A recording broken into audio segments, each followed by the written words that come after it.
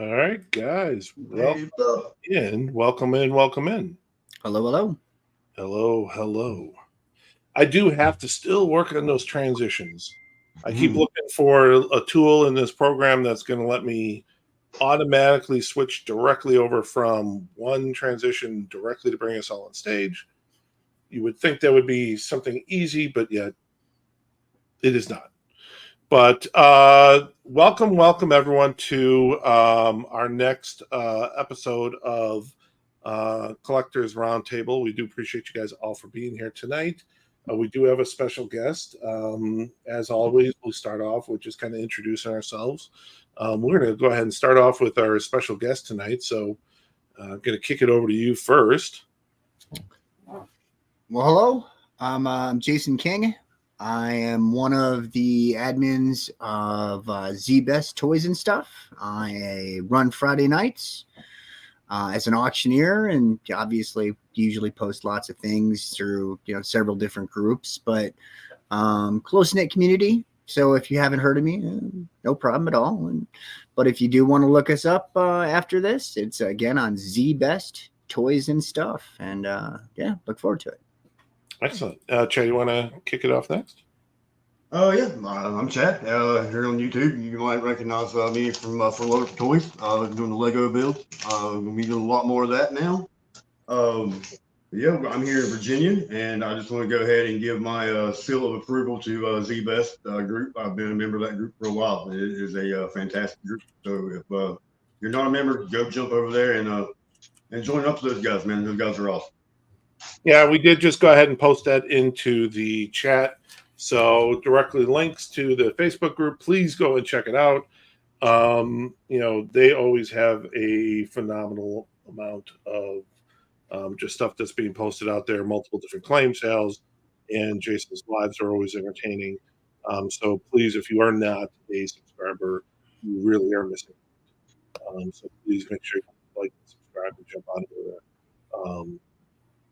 I think you will find yourself very happy. I am, as always, Kyle McCollum, one of the creators and admins of Collectors Castle and owner of Max Toys and Comics.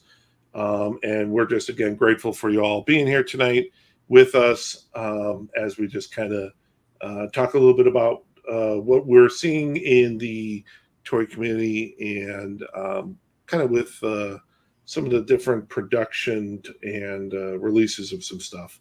So one of the things that we really kind of wanted to focus in, I think, primarily just on tonight, is a little bit on, and if you do jump in, and if you have any questions, please feel free to throw the comments out there or any questions that you have. We can see those, and there's George saying, hey to everyone. Occasionally bring those up. So if you do have any comments or questions, please throw them out there for us, and we will happily answer them. But I guess one of the things that we just wanted to talk a little bit about is really, a lot of what, we are seeing and what's interesting that, when we were kind of talking through this a little bit and figuring out talk tracks are the very different, I think, kind of perspectives and that the three of us even really have, right? I very much depend on, linking up with distributors but, obviously that locks me into having to buy larger quantities and depending on pre-orders. Jason is more reliant on finding the stuff and ultimately trying to bring the stuff to his people in his lives at a fantastic price. And then Chad obviously is out there, just trying to find the great groups to buy from and going out there and scouring the Walmarts and Targets of the world as we find product. But then, we run into the situations like all of a sudden you get these mad rushes. It seems like every 3 months of everyone going crazy for Ollie's and Ross's and posting all of those things. And I know personally that drives me up the wall, especially when I happen to have some of that stuff in stock. Um, so let's just kind of start with kind of the whole, your guys' opinion, really of the whole, Ollie's and Ross releases, and then we can also kind of talk about what we know about how the different toy companies release their product. So I'll kick it over to you guys with any thoughts you guys have. And hey, Cody, welcome in. Go ahead and start with you, Chad. Well, on mine things as a collector, I don't play clearance chicken at all. If I want something in my collection, trust me, there's probably times that Cap talks about knowing things, months in advance. There's times I hit him up like, dude, I need this. He has not seen it until I was showing it to him. So I don't play that game. I only have a couple of things in my collection. I've actually personally bought it, Ollie, Clone Troopers, and a helmet. Because like I said, I don't play that type of a game. And I also have enough business sense to know that when all this started, that it was, in the end, it was going to do nothing but bite us collectors in the butt. And here we are, getting bit in the butt. Yeah. So I guess from my perspective, and I'll go ahead and say that I'm going to issue a big exception, not because I found one, because I didn't, but that new the X-Men set, that Strife set that hit Ross. All right, I get that because I think a lot of us were betting that X-Men 97 wasn't going to be nearly as freaking good as it was. I personally didn't think that it was going to essentially revitalize X-Men collecting to the degree that it did. So that was a flat out miss for a lot of people. All right, fine. If that's the place where you can get it, that okay. But yeah, seeing pictures of Ross and other discount stores being posted pretty consistently as though people are hunting them is for me and what I do not troublesome at all. For me as an American who gets capitalism, nothing illegal about what you're doing. I get it completely. You're trying to make a buck. There's a million different ways to do it. That's one of them. Where the rub is for me is I was a broke kid. I remember Zips at Walmart. I mean, not Walmart, Kmart, when they were having the blue light special before Walmart was even a thing. This is so to me, when I got something cool, that was few and far between because of where we shop, what kind of money we had, etc. And now as an adult with adult money, and that's what most of us have, even though we probably all spend too much too, but still, we have adult money. Well, like Chad's saying, if you want it as part of your collection, why aren't you paying for it? Why are you going to the discount stores and taking opportunities from these kids that wouldn't otherwise be able to afford things nearly that cool, that are falling down to them? Thankfully, that shit doesn't happen very often. The cool stuff doesn't get through our radar that often, right? Mm-hmm. And when it finally does, now we're running there and we're taking it off all the shelves so they can't have any of that. No, that doesn't sit well with me at all. That's just a personal thing. Again, it's not illegal. It burns me. I've had to walk into Ross a few times because I had a buddy that was looking for that 5-pack, and I'm like, all right, I'll go look. I never found it, but every time I was in there, I saw one kid at least, and they weren't looking at me, but I could feel like, don't look at me. God, if I found something, I think I'd just be like cowering out the door, like, I'm so sorry if this is something. Can you double badge it for me? I don't want anyone seeing me walk out with it, but yeah. Boys, I walked out of there with 4 or 5 of first clones, and I don't have a bit of shame. Well, okay, but you're buying them for yourself. Oh, right? Yeah. Right. Okay, and I think that's what Jason is talking about, right? Is the difference between the guys who go and scour it, they go to a store and they see they got 6 of them at $32 a pop, and they buy all of them. Yeah. Right. And then they go and they jump online and they throw, hey, anyone want these? I'm selling for $60 each, right? Which is still under retail, right? Retail, I think was originally $100, if I remember, 99, 90 bucks. Yeah, it was right? not cheap. Not still cheap. under retail, but we know you bought them for $32 each. You're selling them for 60, right? And I get it, like I really do. That's I Americana. had a couple people looking. I actually had a couple people looking for myself because the number one thing that always happens with me when I buy stuff is like I'm an Iron Man guy. Anything Iron Man related, a Marvel Legends Iron Man, almost every wave that's come out in the last 2 years has had a Iron Man figure in there. It doesn't even matter. The Marvel Knights had an Iron Man.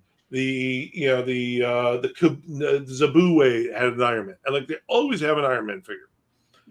And so I usually try to get two for myself because I like to keep one in the sealed and I like to put one out personally, right? That's personally. That's as a collector. But there's many times that I've only had 3 Iron Mans and someone wanted it. I sold my sealed one, and I'll find it eventually, right? Because I do that for the people who want them. But and that was actually a set that there's 2 characters out of that wave, that 5-pack that I actually want. And so I told a couple of people, if you find it, great, because I want these 2 characters. I don't even give a shit if you just send me the 2 characters I want and you do whatever the fuck you want with the other 3. I just want the 2, and I'll give you the $32 because that's worth it for me.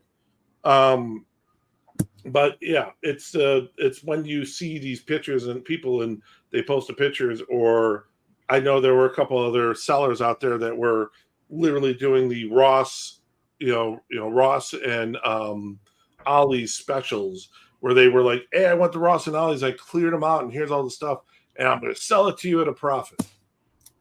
And I get it. It's Americana. I get it. You guys broke kids?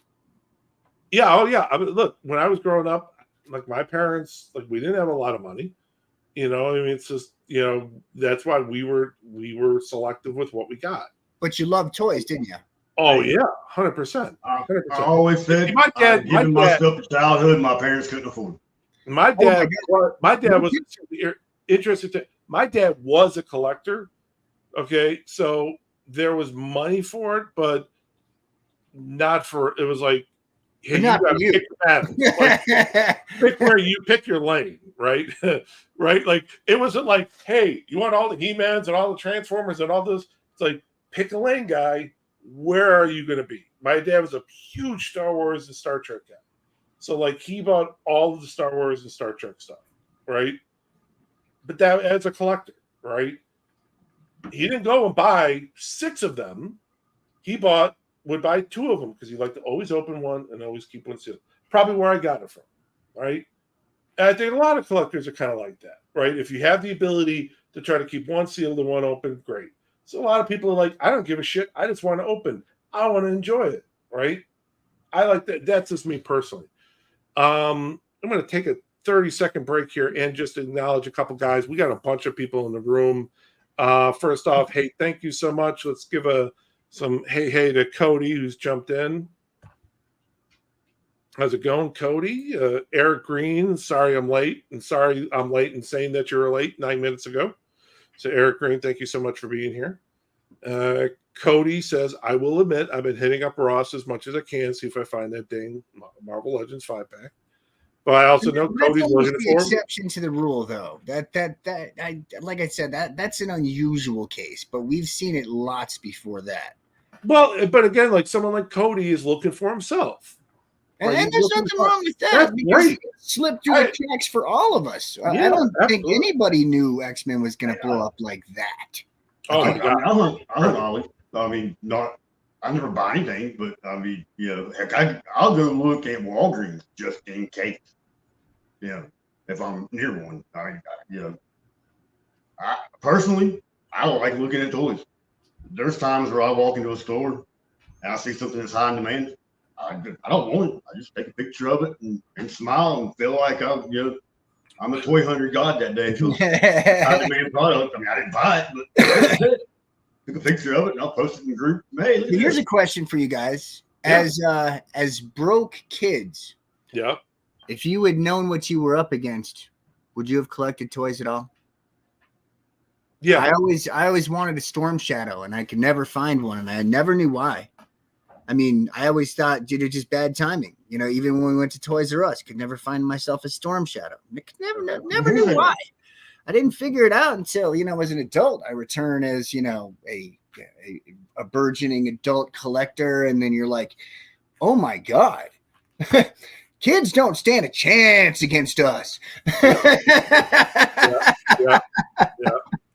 Yeah. It is an interesting dynamic nowadays, right? And it really does come back to, you know, when you look at, well, why is it that vintage Star Wars are so sought after, right? Well, because 1978, people bought Star Wars for their kids to play with, and that's why the lightsabers are missing and the guns are missing, and you know the paint is chipped, and you know Luke has got a cut off hand because the kids were playing with. I was playing with it, right? And that's why. True story. You know, when did was, what was the very first pop culture 14, 15?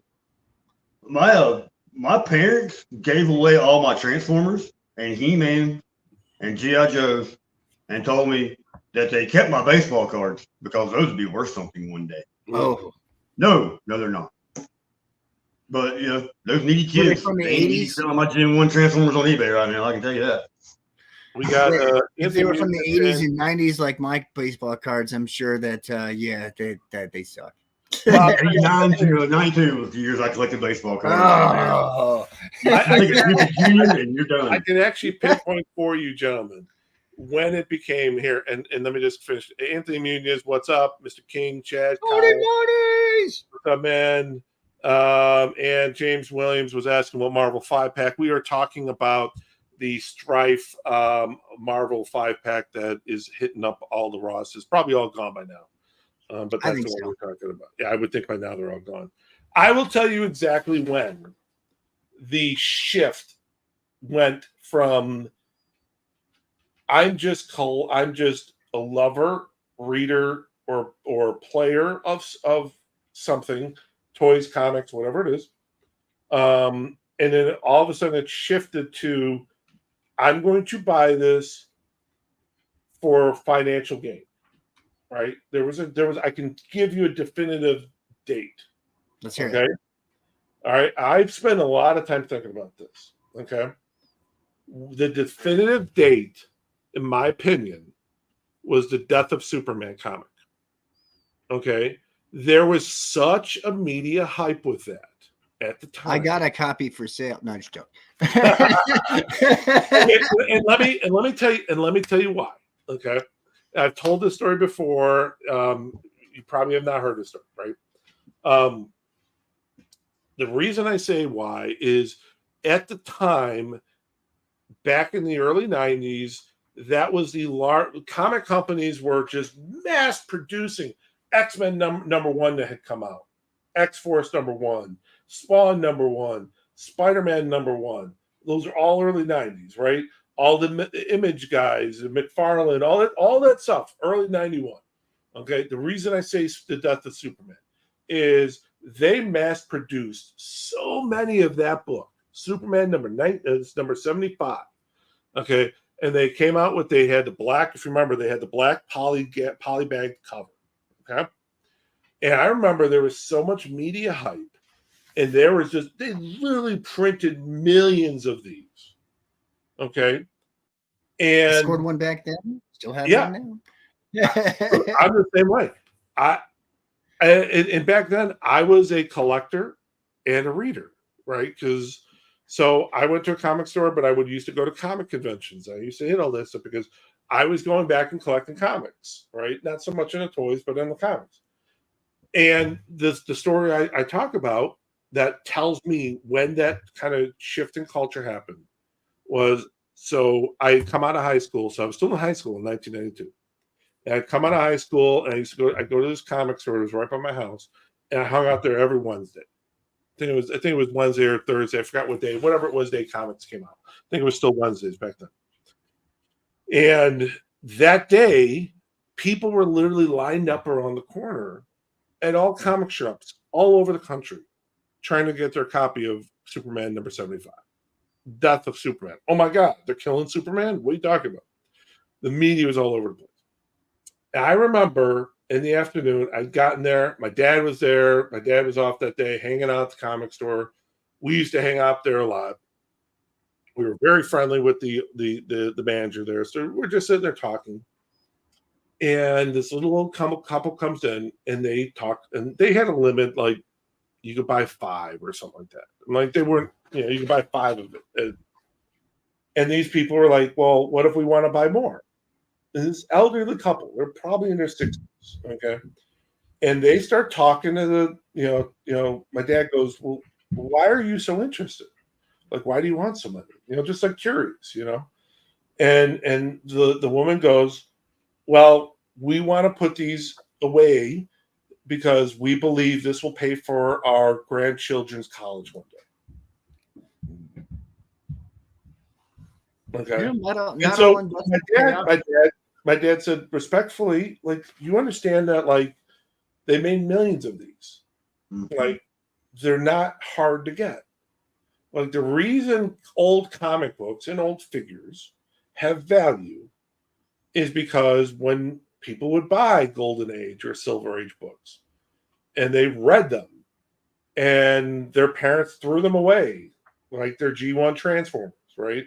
Or the kids rolled up the comic book and put it in their back pocket, or you took your baseball cards and you just put it in the spoke of your bike, right? Because you enjoyed it and you played with it and you read it, and that was the end of it.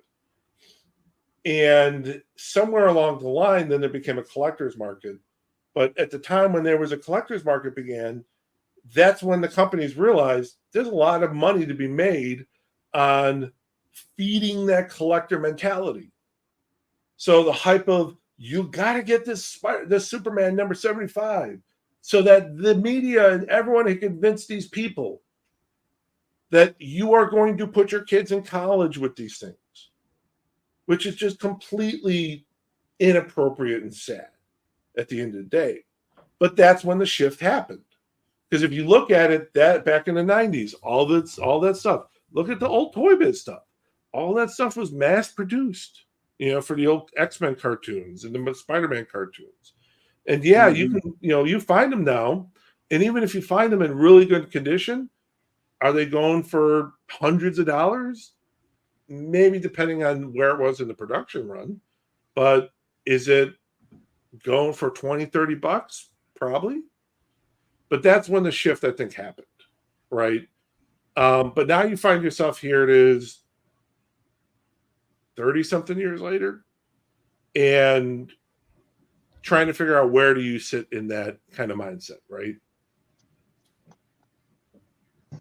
I took care of it with Ian, by the way. He What was requested that? the link. Ian requested the link. I just sent it to him. Oh, yeah, okay. I don't know if you saw that message pop up or not. No, I didn't. I wasn't looking at it. Thank you so much. Yeah, well, I mean, the reason I don't really get a whole lot involved in the selling process really is because at one point in my life, I was in love with video games like I am toys now. 6 years of running a video game store changed that a lot. I was just burned out of dealing with it. It got to where, I was having to go home and play games that I didn't really want to play, no interest in, but they were good games or big copies of games. So I was expected, to be able to talk about them at work and let the staff know. And that's why I never have got really involved too much. Occasionally I'll sell some stuff if I want to buy something. But that's the reason I really kind of avoided getting involved in sales a lot, is because I really enjoy this hobby, and money definitely blinds your things sometimes and clouds your enjoyment a lot, I think. Now, let me ask you guys this. How do you guys feel about, so when you from a collector's perspective, right? You see something come up for pre-order, or they make an announcement of a new figure, and it sells out immediately. right? Like NECA did the bunch of the San Diego Con stuff this week. And I just saw nothing but people like, oh, why were the turtles selling out in 2 minutes? Like, why can't they do more? Why was the Predator selling out in 2 minutes? What are your guys? What's your feelings on that stuff, and how do you guys, what do you guys think of that? Well, it goes back to what I said about clearance chicken. We, as a collector community, we are getting what we ask. When you hold off and don't buy stuff and force it on the clearance, companies are eventually going to get tired of losing money, and they're just going to start cutting production. Yeah, and that's exactly what's happened. I actually had this conversation with Randy a year ago when the crosshair went out. Yeah, mm-hmm. I had Echo Hunter, no problem. That crosshair hot toy, it sold out before it ever released. Randy hooked me up, but ever since then, they've all sold out. Crosshair's going for $1,300 right now. Wrecker's going for $500. You talking about the side just sold out, and he's not even released yet. And Hunter and Echo were before the economy kind of went bad, and they started cutting all their stock back. You can find Hunter and Echo on Sideshow on their daily deals about once every 2 or 3 weeks. They're so overstocked on this deal. And the bad thing for them is the fact that you'll never be able to own the other 3 without really getting destroyed in your wallet. Yeah, people aren't probably going to buy Hunter or Echo. Mm-hmm. I mean, I wouldn't if I couldn't complete the team. So that's when I first started seeing what was going on. Because when I first got into Hot Toys, that was guaranteed up value. I mean, it didn't matter. You bought a Hot Toy, it was going to be worth more than you paid for it. Yeah. All of a sudden, that wasn't happening anymore. I was seeing them getting resold for $100 less than retail. Like Captain Rex, for instance. Sells like $70, $80 in the retail all day long in eBay and Mercari. I've noticed some of the Iron Man Hot Toys are like that. Right? If you wait a little bit, you could find some of those at $50, $100 in a retail what they were originally at. So you probably don't want to see that very much because they've of course they're getting tired of losing money, so they're cutting their numbers way back to what they needed to be for that. You're gonna pay $300 for a figure. It should probably stay at least $300. It shouldn't drop. Yeah. So, well, what I think a lot of people, I think that some people are aware of this, but the toy companies are, obviously they're a business, but I feel like we're, we talked a little bit about this before the show, and we talked a lot about the different. Oh, hold on one second. Bring in Mr. Ian. Ian, hello, welcome. What's up, dude? Evening, guys. What's up? How you doing, Ian? Ian, another admin over here for us. How you doing, Ian? Welcome in. Doing good, man. How y'all doing? Good. A lot of companies. So, like, I started seeing this like with McFarlane about a year ago, right? And you have to understand a lot of these, the toy companies, like any other business, swing from one side to the other, right? And when things are selling really, really well and things are moving really well, then they produce a lot, right? So they're going to produce 50,000 of something, right? Because they're going to come in, they're going to sell all 50,000, all the POs are going to be filled, whether that's to Entertainment Earth, to Target, to wherever, Walmart, the whatever it is, right? They sell the 50,000 units, and then they start to use that as their kind of foundation, their standard, right? Hey, I'm making another X-Men figure, so I'm going to make another 50,000, right? Because X-Men, over the last 6 months, all my X-Men figures have been selling at 50,000. But then what happens is, well, they sold 50,000, but 10,000 of those ended up going to Ollie's. Okay, and getting discounted. And now all of a sudden people are buying them at discounted prices. So now all of a sudden they're sitting they're now, next time they go to sell the 50,000, they made 50,000 of them, but it only sold 35 because people are now waiting for clearance, waiting to find them somewhere else. And they're not buying it when the first comes out. They're not buying it when the pre-orders are announced. So all of a sudden, they produce 50,000 or something, and they only have POs for 35,000. Well, they still going to get the money on those 50,000, those other 15,000. And what they do is they flood the secondary market. Ollie's, Ross, any of those places, they dump the inventory there because they're going to get their money back, and they dump it for cheap. And then everyone goes, hallelujah, amen, I got this item for $30, which is fantastic.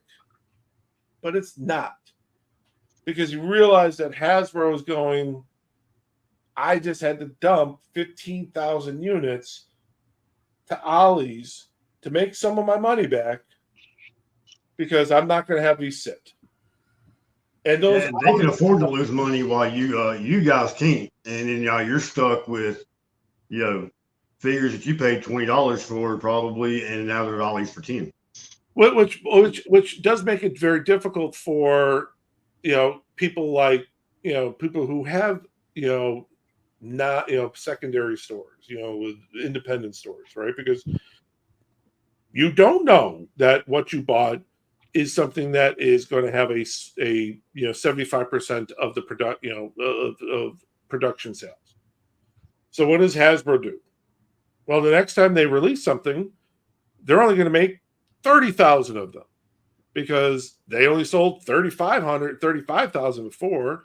So now let's only make 30,000. And that's what they release. And now all of a sudden, people are going, oh, well, I'm not going to pre-order these figures right now because they're eventually going to show up at Ollie's. So why should I buy them now? So now all of a sudden that 30,000, they're going, maybe they pre-sell 25,000 of those. And so what happens, it's a swing, right? And so Hasbro, McFarlane, you all see it. They all start going, well, why am I making so much, right? So what happens is something that I see is someone who deals with distributors. I have right now my Marvel Legends orders, my McFarlane orders. I have every wave ordered with them, Mattel, He-Man, all of that stuff. I have my orders all the way through March, right? So like I know about all of the Legends that are going to be coming out between now and March. Right? And why do they do that? Why does Hasbro do that? McFarlane do that? Well, they do that because they go to Entertainment Earth. They go and say, hey, listen, we're going to release this. You can't announce it yet. You can't put anything out there because we're not going to announce it until October. But here you can put it on a call list and you can get some preliminary numbers. And then those preliminary numbers to determine how much activity they're going to get from some of the secondary market, from Entertainment Earth, from Diamond, places like that, right? That's why those call lists are so important, because they use that as a gauge to see if there's going to be an increase. Then what happens, though, is when something like the Ghost Rider is an example, right? I've known about the Ghost Rider for 6 months, right? I've had the Ghost Riders, my initial order for the Ghost Riders for 6 months. They announced it 2 months ago, month and a half ago, sold out immediately. Now, if you look at it now, they're coming back in stock. Well, they're coming back as pre-order, right? That's because Hasbro readjusted and now going back into emergency production, and they're going to release it. Don't mean you're going to get it. Doesn't mean you get it. It does not mean you'll get it, because now we're getting the reissues, but Crosshair Hunter, Captain Rex, Black Series all went up for pre-order like 2 years ago or a year and a half ago. Yeah. For the emergency restock, and then Hasbro put Yep. Like people like Big Bad. I mean, I know people who have had Captain Rex on pre-order from Big Bad Toy Store for like 3 years. Yeah. Yeah. And it is just one of those things. It's interesting because it's a numbers game. Like when I put in my purchase orders, basically that someone like Entertainment Earth, they work like this, right? They have their initial purchase order 1. Purchase order one, when they send it to Hasbro, is 100% guaranteed, right? So it's X amount of units, and you always know what purchase order you're on. If you're on 1 or 2 or 3, okay? If you get it in right in the beginning, or if I get it in on a call list, I'm on purchase order 1, which means I'm guaranteed to get it. Now, if I were to call them today and say, hey, I want more Ghost Riders, more than likely they will go to purchase order 2. Well, purchase order 2 is where Hasbro's already produced what they're going to make. They're going into a secondary production. That's what's going to come out in purchase order 2. There, I have a 50-50 chance that I'm going to actually get what I asked for in purchase order 2. And then it's a 25% chance in purchase order 3. And that's just how the allocation works. And what happens with all of that is that with allocation and with trying to pre-sell and try to get this to people, because I'm kind of like Jason in the mindset of I'm just trying to get people stuff at as close to retail as possible, because I don't want to feel like, I do have this love of the collecting, and I'm a sucker for, people when they're just like, I just want to buy it for my kids, or I want to buy it for my love, right? Like I want to continue to support that, because I love that feeling myself. But that's really how what's happening with. So when people celebrate this whole Ollie's and rosting, yeah, it's great, but you have to understand, why do they have all this stuff, right? Because it's really does long term means that Hasbro, McFarlane, all these companies cut their production lines, and you're not going to see all this stuff $7 anymore. Yeah. Okay, that makes sense. Yeah. Like, good luck. I can't imagine you're going to find the Naboo wave showing up at Ollie's, right? No. The production runs on those were significantly less.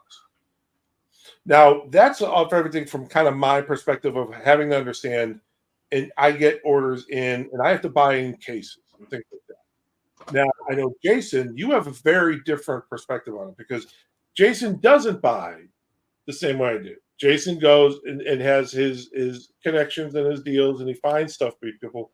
And what I've always really, really appreciated and admired about the way that Jason runs his lives is he will take something like the Ghost Rider, which I don't remember what Ghost Rider. I keep just coming back to that because it's easy.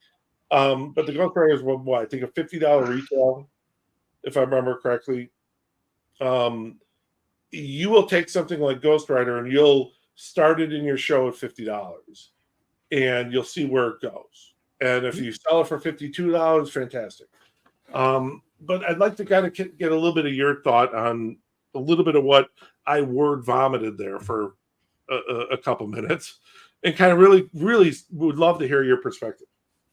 Well, I figured out very early on, in sort of figuring out how I would make this a thing, how I would make it sustainable, how I would, basically how I'm going to keep doing this.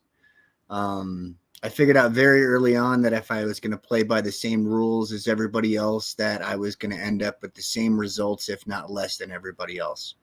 I also realized that if I directly compete with Target and Walmart, I'm going to lose. I had to find, my way of doing things. And fortunately, my way of doing things is just, it seems to work. It may not work for a vast majority of people, but it doesn't have to. It has to work for the people that it does. And that makes it work for me, thankfully. So what I will do literally every week is, instead of playing the pre-order game, having the pipeline of things come in, the expected timelines, the purchase orders, dealing with the secrecy, confidentiality, I am literally in the shoes of the average collector, but with more capital in my pocket than they do. That's with some serious exceptions. I mean, there's some guys out there that, will absolutely pound the counter with stacks of cash to get whatever they need, and all the power to them. And by and large, they probably don't attend my show, and that's okay. But in reality, I'm out there just from a collector perspective, because that's the prism that I have to look at things through, not only because I am, but as a collector, if I'm picking up things for the idea of resale, primarily to people I want to develop, ongoing relationships with, even though you're a little picture like this, I want to know stuff about you. I want, let you into my weird little world. I want this to become, something more than just a business transaction, because that shit ain't fun. That's not what I do. That's not what drew me to this. That's not what keeps me to this. That's not what, keeps me looking forward to every Friday night when I go live. It's not, ooh, I'm going to make X amount of money. It's no, I'm going to have a drink. I'm going to hang out with my friends. And oh, geez, if things go well, I'll have a stack of shit that I sold up as well. No. That's literally the equation. So the only way that works is, so far for me anyway, is to not try to compete with them, to try to, outsmart them, to try to outthink them, to try to outprice them. They've got hundreds of guys making millions of dollars, and I'm just me. So I'm going to do it my way, which is I have a lot of stores that I'll go to. I try to develop personal friendships with these guys, not to use them. I would never want to do. I don't think I've asked for a discount from anybody. But over time, with the relationships, the consistency of the purchases, that does equate to some discounts, thankfully. And all the stores that do that, all the individuals that do that, they're what makes this thing go. Because if I can't find good stuff at good prices that even I wouldn't pay for, then I certainly wouldn't put it on the screen for somebody else to buy either.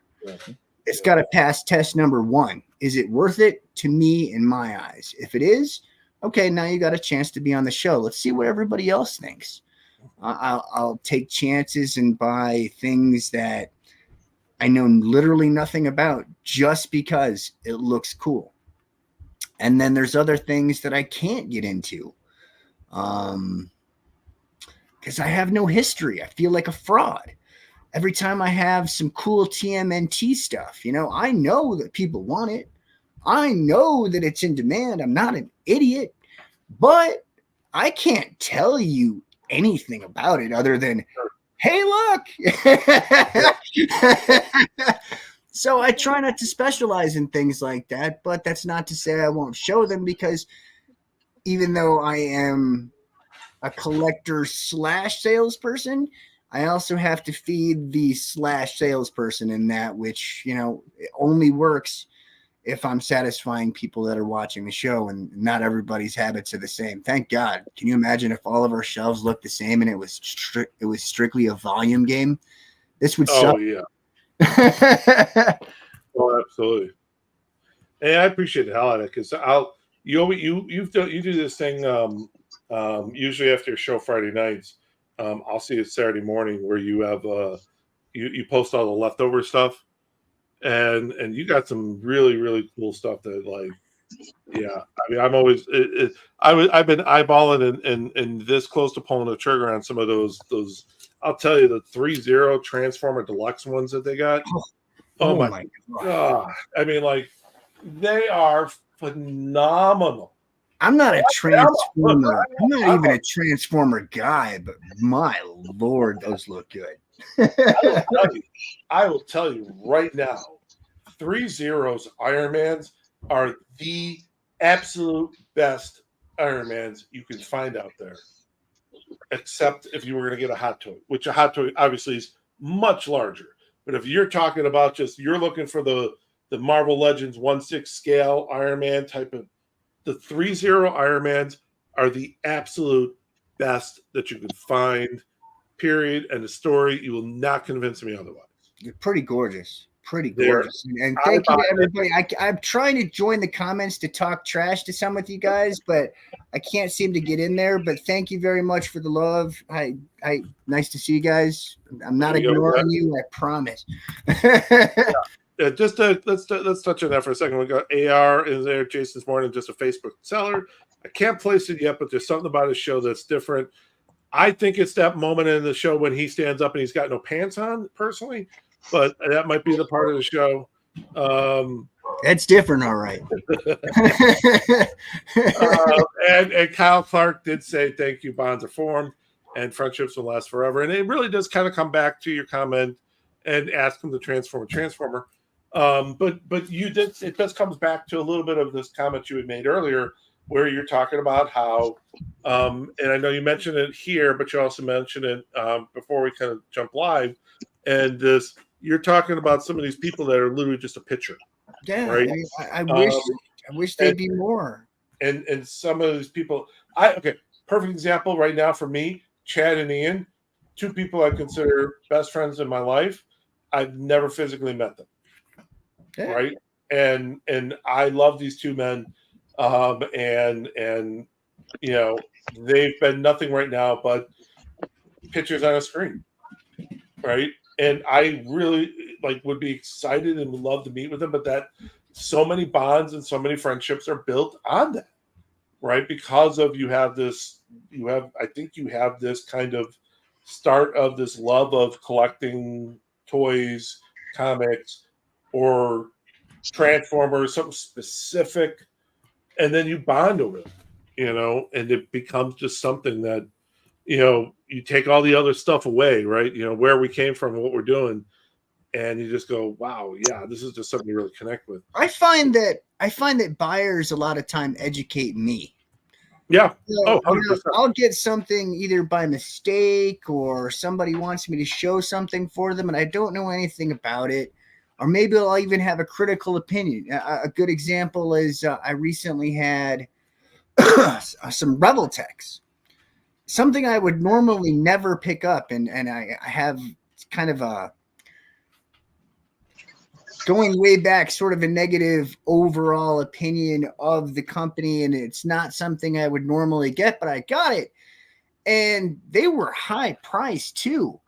And Lobo, he's in the chat there, and he was the one that jumped on it. And some of the things that he's purchased before made me know, all right, he's an educated buyer, seriously educated buyer of high-end action figures that just jumped at this thing that I have sort of a negative opinion about for a high price.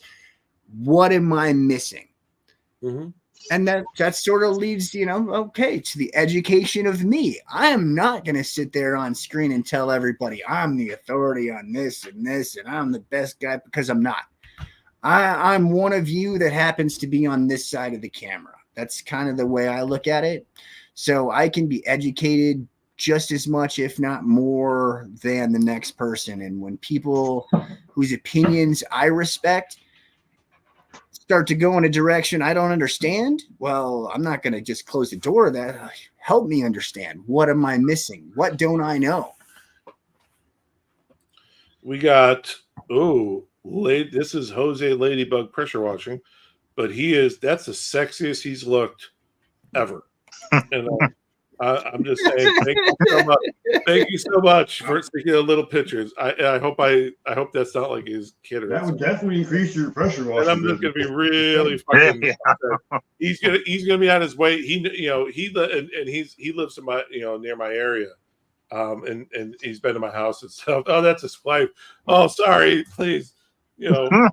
Oops. Whoops. Hey, but she's gorgeous. So I ain't gonna say nothing negative. Well done. Yeah, there you go. That's my wife. Cody says, "Oh, there we go. King is currently looking for something really cool I want to add to my collection," and that's something I love. With people like King, I try to do that for myself. I always tell people, please let me know what you're looking for. Because I'll keep an eye out for it. And I know Jason's the same way, and there's other people out there. Chad and Ian are both people like that. We have a group chat that we go on, and there'll be places, and they'll post stuff like, "Hey, what about this?" AR says collecting's like a song somewhere only we know. There you go. Dab that autocorrect. And Kyle Clark says, "You four are way better than looking than me. That's why I stayed from the camera." Okay. And Cody says, "Hush it." So, so I guess, to your point, like there is so much that I learned from like Chad and Ian, right? You know, like I what I understand or know about Legos or Star Wars is small percent of what Chad will bring to the table and tell me about. Like he's constantly telling me about like, hey, did you hear about this Lego? Here, check this out. This is something that's going to be really big, that kind of stuff. So it is about, having these people in your lives to educate you, because I'm like you. I have I think a certain scope of things that I feel like I know I got it down pat mostly, but there's a huge amount like He-Man. I know shit about He-Man. G.I. Joe. I know shit about G.I. Joe. Right? That's why I don't carry it a lot. Because I don't want to bring stuff that like I don't know how to properly talk to people about. Chad and Ian, I think we've been chatting a little bit. What are your guys' thoughts on, from a collector's perspective? What are you guys thinking? Well, it's happened with Kyle before. I've asked him the price of a figure. It's been super way too low. He hadn't looked that price up in a while. And I'm like, hey, dude, you should probably check into that. Go ahead and pull that, for now. And we'll discuss that later. As a collector, I think everyone needs to realize, of course, everybody wants to save a buck. I would rather give you guys $5 than to save a buck going to Amazon or Walmart or Target. Because just what you guys are just talking about, that personal aspect. Walmart doesn't text me when there's a new clone trooper coming out from Hasbro. Kyle does. No, Target ain't gonna do that. If you guys give Jason and Kyle have something for $30, you got to pay for shipping. You can go on Amazon right now. It's $30. You get free shipping. Man, throw some money at the postal service and get it from these guys. They need that money. Amazon. So that's just my personal perspective on things. Just a little preaching to the collector community. Support these guys, because if they don't make it and they're gone, you're going to freaking miss them. Yeah. I've always kind of wondered, and maybe Kyle, you know the answer to this, and I'm sorry, Ian, I'd like to hear from you as well on that question, but do you guys, as refined, higher being, refined, you're refined, educated collectors. You already know what you like. He's talking about you, Ian, not me. Do you guys learn? Do you guys learn anything from us at all as sellers, or are we just sort of the middleman sometimes to make it happen? Do we as seller, what value do we bring to? And I guess I've never asked that question because I've never had sort of a podcast format. I've never asked it in my show, but I'd be curious, anybody either in the comments or you two personally. Yeah, that's a great question. What value do we bring to you guys? I guess I'll leave it that broad. I know that during COVID, when this whole thing really kind of went into a different gear, I think that people that could get out, could get things, were, of actual value, but now I don't know. Now I'm kind of curious as to how my show is hung on week to week. And so it's a question that's just now occurring to me. What value, if any, do we bring to you educated, more refined collectors? Good. Ian, why don't you go? We'll kick it over to you first. What I guess, what do you look for? Like, what do you get? What do you look for from one of the faces on the screen of sellers, and how, what do you learn from us, right?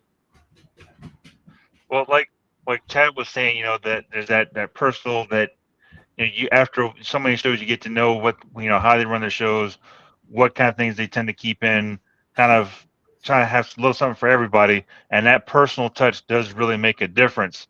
All I knew, I mean, before when I started these being part of this group or any other group, I knew a little bit about Star Wars figures, a little bit about Star Wars everything, but I had no idea that almost everything else out there had a toy line, and learning about even if you just touch a little bit on like Motu or on Marvel or DC, you're like, wow, I didn't know that existed. Then you want to go and say, hey, you know, that's really cool. Let me go see what else is available, and then you may start collecting something that you didn't know you wanted to collect just because of how they look. But learning about those lines and just I mean, it makes it that much more engaging to watch the shows, and and also learning how to, I guess, deal with how to deal with people that ask questions, or how to deal with people that want to, I guess, kind of how to word this. I guess to sort of being able to engage with people if they ask a question, or having that knowledge. Well, what about this? Should I collect this? Or what about this figure? Is this better than this figure? I mean, I hope that makes sense, but it's kind of, it's really learning just how these lines are set up, and a little bit of history on the lines, and stuff like that. That's what I think. I mean, hopefully that makes a little bit of sense. But No, I think it I mean, does. I get a kick out of watching live shows when I can catch them. Yeah, it it just, and I've definitely learned a lot from Chad. So, Chad's my go-to guy for the Star Wars stuff now. So, but yeah, Jason, I don't think I've ever had the privilege of catching one of your shows, but I'll have to catch the next one for sure to see what you're all about. Yeah, absolutely. Before we kick over to Chad with his thoughts, just want to showcase a couple things. So ARR says, I saw a local seller sell a bunch of higher end stuff for $10 a piece. I watch him move close to 1,000 inventory. That's 10K. I was shocked. And I think Jason and I would both say, where was our tag? Then we can go into, you guys expand our reach here in San Diego. It's like everyone is a reseller, and everyone is a reseller, but nothing moves because we're locked on gains and losses. Vice creating a community of collectors helping each other out. Kyle Clark. Oh, well, let's go here real quick.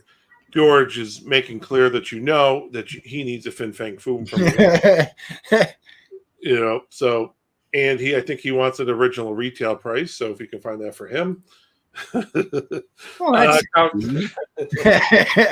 Kyle Clark says, you guys give more than a figure. It's time, energy, commitment. You won't find that in big box. You guys bring personality. I hate to call you used car salesman, but you guys bring that charm plus quality. I think I got a deal for you. That's a very valid thing. And George has a comment that Chad and his Lego builds are killer. And if you guys have not, check out our YouTube channel. Oh yeah. The majority of our presence and the thousands of views that we've gotten on some of our YouTube videos have been because of Chad, his video skills, and the incredible Lego builds. If you haven't working his tail off, they're fun. I have never had more fun watching someone literally do something as you would think you would go, oh my God, Lego build. You watch it and it's fucking fascinating to just someone watch. It's incredible. So I really encourage you. It's not a plug to go check out our YouTube channel. Obviously, plug. But yes, his Lego builds are huge. They're awesome. They're so cool. And the way he presents them and edits them, I'm amazed by him doing that. So thank you so much for calling that out, George. So thank you, George. Thank you. Oh, and AR wants to make sure we know that used car salesman with a guitar. So I don't know who that's.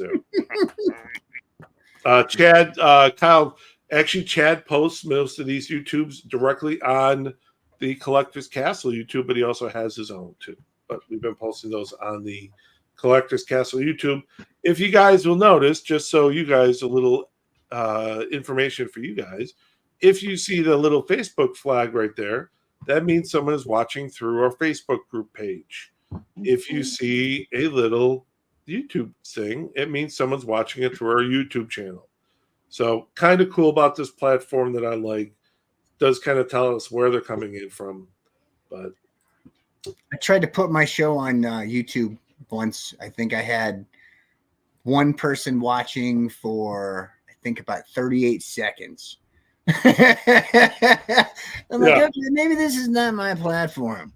it is really one of those things. It really is one of those things that it and that's why we've been trying to do more of this, because we really want to bring more into, more content driven stuff. That's why we really created the second group, is to do more content stuff. That's why we run these through, the second group, the podcast, the member videos, the Lego builds. All business gets in the way sometimes, doesn't it? So one is, hey, marketplace. You want to sell some stuff, put some claim sales out there. Absolutely. Let's make sure we're supporting that. But over here, we want to just talk about what we're doing and just incredible member driven stuff. So, Chad, what are your thoughts? What do you look for in a seller? Well, I mean, as far as besides a sexy body and pipes and a man bun, right? Is a man bun still in demand? Oh, well, I mean, when I first joined the castle, Kyle, you remember this, we used to have parties. My friends would come over and we would watch Kyle on Friday night, because at that time, like, Walmart wasn't carrying stuff like that, at least not in this area. Toys R Us had been out of business for a few years. Target wasn't carrying anything like that yet. So, I mean, we were seeing literally, 4 or 5 people piling in my house just watching toys. We're seeing shit we never even knew existed. And fast forward 3 years later, I've kind of zoned in my collection, me and my wife both. There are only certain things that we actually collect. But I still enjoy going into you guys' lives and just seeing, what you guys have that I didn't, like, I don't know anything about the G.I. Joe and stuff like that either. So, I see some really cool stuff, and then also it helps me out too, because I enjoy helping people. I don't know why. It's just a thing. If I see someone in the group that is looking for something, and I've sent people from Star Wars groups to Kyle that I knew he had something in stock.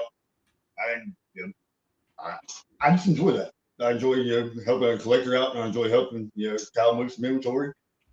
That empty spot on his shelf, he might fill it with something that I want next week. So it helps. Jason brought it up earlier, and we talked about our own little economy, and it's funny because I said the same thing to Kyle when we were talking about doing this topic. That this really is our own little economy that we've created here between the buyers and sellers. And I think it's very important that the buyers and the collectors are just as educated on the market as the sellers, and because we need to protect that economy, because right now it's very, very fragile. The price of living is so high. There's very little money for. You literally feel it when a seller flames out, or there was or somebody hit a big, with a big scam or something like that. You literally feel it. It's like it ripples throughout the community. Then you see it in the shows. You feel it in your own show. I think it's a very symbiotic type of relationship community thing we've got going on here. But I think it is sort of its own self-contained economy in a way, because we're all dealing with sort of discretionary spending. And when there's anything that hits the confidence of the community, I mean, whether the outside economy is doing well or not, you feel the ripples within it. 100%. And that leads into a little bit of some of the, for something that is such love driven, right? Like I talk about collecting, right? Like no one buys and collects because they fucking hate it, right? I mean, it's a love driven. I love Iron Man, right? I love I would, armor type. I would robots. argue that Motu collectors hate it. Well, They seem a okay, little miserable. maybe a little bit, right? But Yeah. but for something that is really so really passionately and purely love driven, your just love of the comic, the figure, the toy, whatever it is, right? There is so much fucking drama within the community that sometimes just does get exhausting. And there have been times for me personally that I've thought about just packing it in and going, I don't want to do this anymore. I don't want to be somewhere where it just feels like there's always a battle, and sometimes you have to, have hard conversations with people to go, what are we doing? I mean, and just get past the drama and move by it. But to your point, Jason, when shit like that happens, it does create this kind of ripple effect, right? Because then people go, well, I don't know why I buy from this guy. I don't trust this. I don't trust what he said. And you take something that really should have been so love, pure, positive, and when you inject some of that in there, it really does just muddy the waters, I think. So I really like that you said that. I think with any community, there's always going to be, sort of the pus-filled blisters of it, so to speak. There will always be, people looking to drag other people down for whatever reason. I'm not going to go into whatever medical psychosis they might have or may not have. Right? There's always going to be scammers that are looking to, take some of the money that, anybody could see. There's a lot of money that flows through our community. It's because we freaking love this, and it's. I think it's incumbent upon us as sellers and as I think, how would I say it? Not pillars. That's way too fucking conceited. Upstanding members of the community. Pillars of the community. You're not too far from it though. And just real quick, I want to say this: when I'm able to catch King's live, his laugh is super contagious. And I just had to make sure I kick into that after that laugh that you just gave this. He brings personality, show the way it interacts with people is pretty damn cool. But I think you're right. It's, it sounds conceited, or you're putting yourself on this pedestal by saying, but you are, Jason, right? Like you are out there every Friday, right? You're putting yourself out there. Right, whether you like it or not, right, you are seen as a person that has information and value, and your words have a lot of value to the people in the community. Okay, there's a lot of weight that comes with that, like it or not, right? I learned that a long time ago. It's like literally the people will take you at your word because you may have started this because you just love it and you love talking about it, but now you are also, there's a responsibility that comes with that, and that if it ever goes the other way, it's going to hurt a lot of people, and that's why I can't let it ever go wrong. If it ever becomes about the bottom dollar, I know that I've sort of gone off the rails because it's never been about that. Mm-hmm. Yeah. And I think that passion is there for you, and that comes out, with your lives. I do need to address something here. Cody is the most, I'm telling you, he's so gay, but that man is so not fucking gay the way he slides into my wife's DMs constantly, and he cannot prevent himself from coming into a podcast and yet again saying that my wife is a sexy blonde. So Cody, stop it. We know that you're not gay. That was funny. That was funny. That show. Cody came in talking about Liz. Yeah. He's gonna take Liz on a date. Cody's the best because Cody's actually we had the Love you, Cody. we had the honor of having him come out here for a vacation once, and I had to work, and so of course Liz and Cody went off and checked out downtown Chicago and did all this stuff, and I'm like, they just went off and did all these things, and then he keeps throwing these comments in there like, I'm sliding your DMs. I'm like, the fuck you sliding the DMs with, son of a bitch,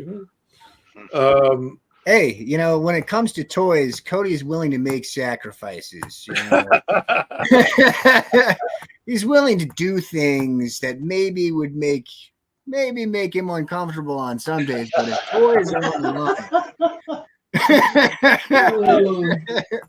AR says what drove me to Jason's show at first was the products. Now it's kind of just hang, chill, and make some great deals. Kyle, and yes, lucky I have friends like you guys to draw me back in. Friday was almost the end of it all for me.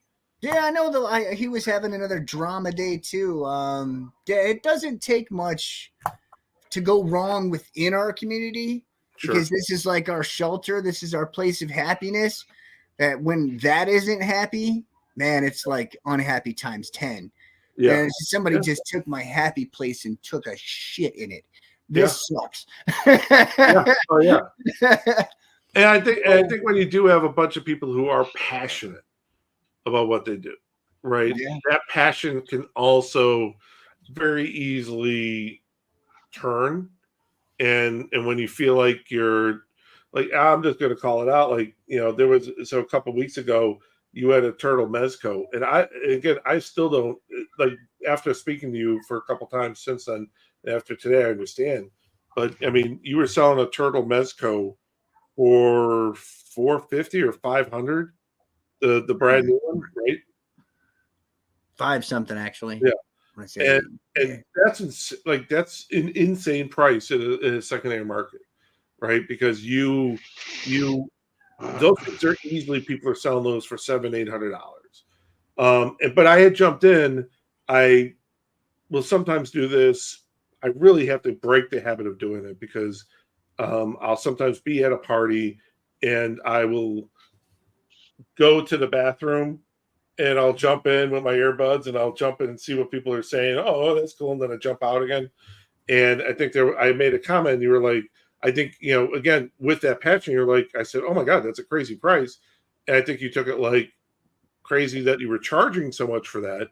And to me, it was like an insanely reasonable, respectable price that you would offer to someone for something that literally, if you were going to try to find it somewhere else, it would be easily 30 or 40% higher, right? But that comes into this little bit of you have so much passion for something and a passion for, hey, I found this and I'm going to bring it to my people at a really great price. And I have this passion. And when a comment could be made that seems like it's calling that into question, you go, whoa, but that all comes into, again, some of that love and that passion of going, I am so committed and passionate about this community and the people in it that sometimes the words on a screen can get sometimes misconstrued.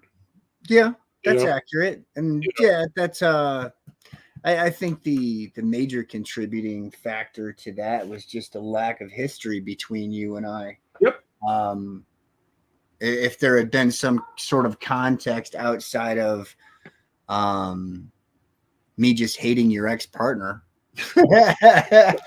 maybe that would have gone better, but I don't think we had much of a history at all. So I didn't know how to take the comment, and I'm like, well, if this is going to go the other way, let me just find out directly. So Oh, and you very much did, and I'm glad that really spun into something that was very positive thing, that when me and Chad were talking about doing this podcast, he had mentioned, hey, I think Jason would be a lot to it. And just with everything, again, with what we wanted to talk about tonight, it just felt so incredibly just perfect. to just have you here today, and I'm just really really grateful that you had some time to join us tonight. So because you know we do ask a lot of people to find some time to do this. You know.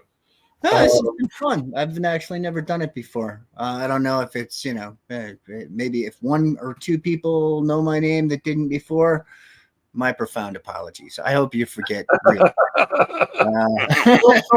Well, it does seem like we have a couple. We do have some people in here who were not familiar with you, and that hopefully that they mean they go and check you out on a Friday night, because like I said, it is not uncommon for me to. I've sometimes sat there while I'm setting up because I also go live on Friday nights, but usually later. It's not uncommon for me because I usually will have something on in the background. I have actually had your show on sometimes where I'm just watching you talk to people because I do learn. I think it's important even as sellers, right? You were asking the question to like kind of the Chad and Ian going, hey, what do you guys look for in sellers? I think it's also other sellers should really listen to what other sellers are saying and talking about. And because there's a huge amount of value there. And so that's why I do like to watch a lot of people's lives because you do learn a lot and get a lot of information. It's absolutely 100% free market research. You can directly research your customers if you wanted to. Because let's face it, I mean, even though there's a lot of numbers in our community, there's only so many people that actually frequent the live shows. And there's probably, I would say, conservatively speaking, maybe 10% that only go to one person show. I would say that, if you're a person that frequents live shows, you've got 2, you've got 3, you've got one every single night. So if you really wanted to, you could research individual buyers if you really wanted to, and you wanted to get down to that level. Yep. But certainly you can look at trends. Yep. I personally am so fly by the seat of my pants that I don't take advantage of the free research and watch other people's shows. I'm so wrapped up in everything else that I got going on, but it would be foolish to think that there would be no value in it. And that's not sitting there saying, oh, I'm going to PM this person because, hey, I have this. No, that's basically, stealing somebody's customer list. That's not what we're talking about. Yeah. But if you're watching for, okay, what's selling, what's actually hot, what's in demand, what are people asking for, all that's right there at your fingertips, absolutely free. So yeah, especially you as a person that's in this for business, why wouldn't you? Yeah. Kyle does want to make a comment that I actually 100% believe. Cody's as straight as a $3 bill. Jesus. AR said, that's what's great about this community. We don't judge. The only thing we hate are scammers and shadiness. Everything else is welcome. Again, no anal flagnation.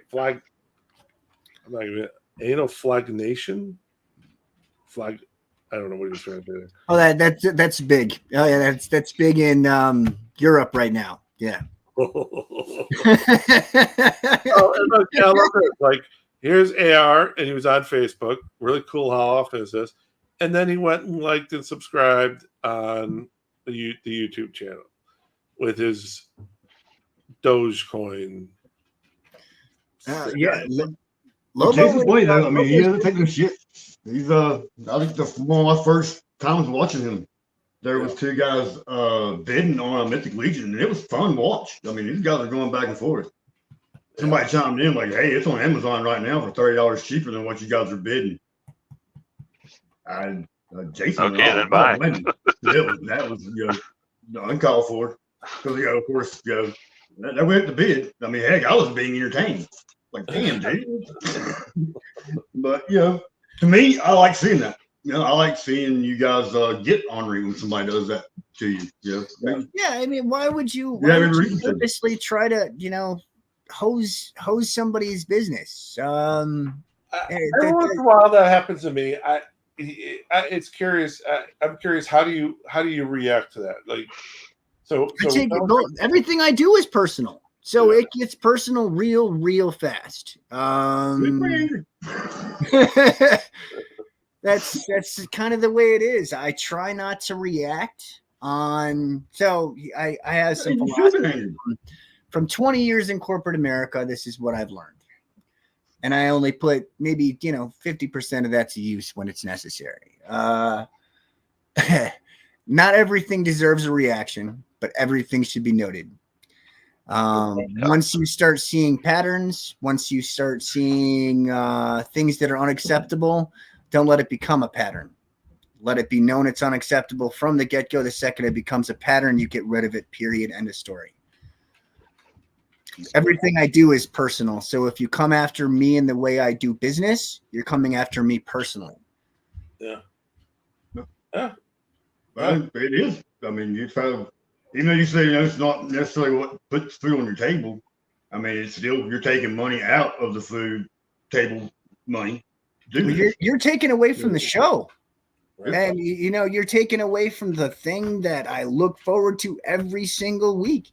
You're taking away from the things that I can, possibly score for the next show, or maybe something for myself as well, because hey, I'm a collector as well. I like good stuff, and if you're chipping away at my happiness in any regard, and I'm out here doing this from at least my perspective, from a severely personal perspective, I have never tried to be businessy or professionally with anybody. I handle the business aspect of it very much like that, but this front-facing customer interaction, there's nothing fake about that. There's nothing rehearsed about that. Yeah. This is me. Yeah. They're the same if you showed up at my door. You're not going to get much of a difference. I might not be wearing a hat. It doesn't work well with the glare, but other than that, it's pretty much the same. So yeah, I take serious personal offense to things that attack me from a business perspective, because I know what my approach is. I know that I seriously value integrity, honesty, following up on my end of any bargain that's reached, even if it's a losing bargain for me. Mm-hmm. So I'll be damned if somebody's going to come after me and call me anything but just a guy trying to do his best. I love it. Well, I think that's amen. Amen, right? I don't think you can go farther much from there. Kind of as we wrap up, is there anything else that you guys want to, as we kind of close it up, throw out there? I want to say thank you, Jason, for coming on. Thank you. Nice meeting you, man. I really want to at least, just to be the one group out there that doesn't, play that. We're not going to, endorse that other group, because good groups are good groups, and we're all a community. If you really think that your members are exclusive to you, then you're not too bright. So sure. I'm really glad to see you come on and have both our group representatives. Is awesome. So it's something different in the community, and hopefully it'll be the start of a trend where everybody's a lot of common respect, and all working towards the same goal of a cool place to buy toys. Yeah. Let's thank you guys for having me on. I appreciate it. Let's continue working hard to get the turds out of this business. Because the less of them there are, that means the better that we are off in the collective. So don't be shy to call people out. That's a big one. You don't have to do it publicly, but you should at least speak to your admins, your mods, your friends. Don't let people get away with robbing anybody consistently in this business at all. It's the fact that, from Kyle's and my perspective, you could look at us as competitors, we don't really have much of a history together. But I can tell you this: if I found out that there was somebody getting robbed, and it's in his group, he's going to hear from me. Sure. And I hope that the same thing would happen. Yeah. Absolutely. So we got to look out for each other, because there's nobody that's looking out for us except us. And this doesn't work without all of us kind of working together. There's nothing but love and respect all around. All that drama, man, leave that where the drama groups are, because I want no part of it. Yeah. Absolutely. Amen, man. Yeah. And again, as Ian, do you have anything else before I kind of wrap it up here? No, I think Chad pretty much covered it. All right. I'm good. I really appreciate you guys. It's always fun doing these and hanging out with the shows and everything. It's always a good time. Yeah. So again, if you guys haven't seen it, I did just go ahead and post the link for ZBest in the comments, so it will show up on the YouTube channel and the Facebook page, and it will also be in the notes of the episode. So please check out Jason's group. Couldn't say enough great things about it.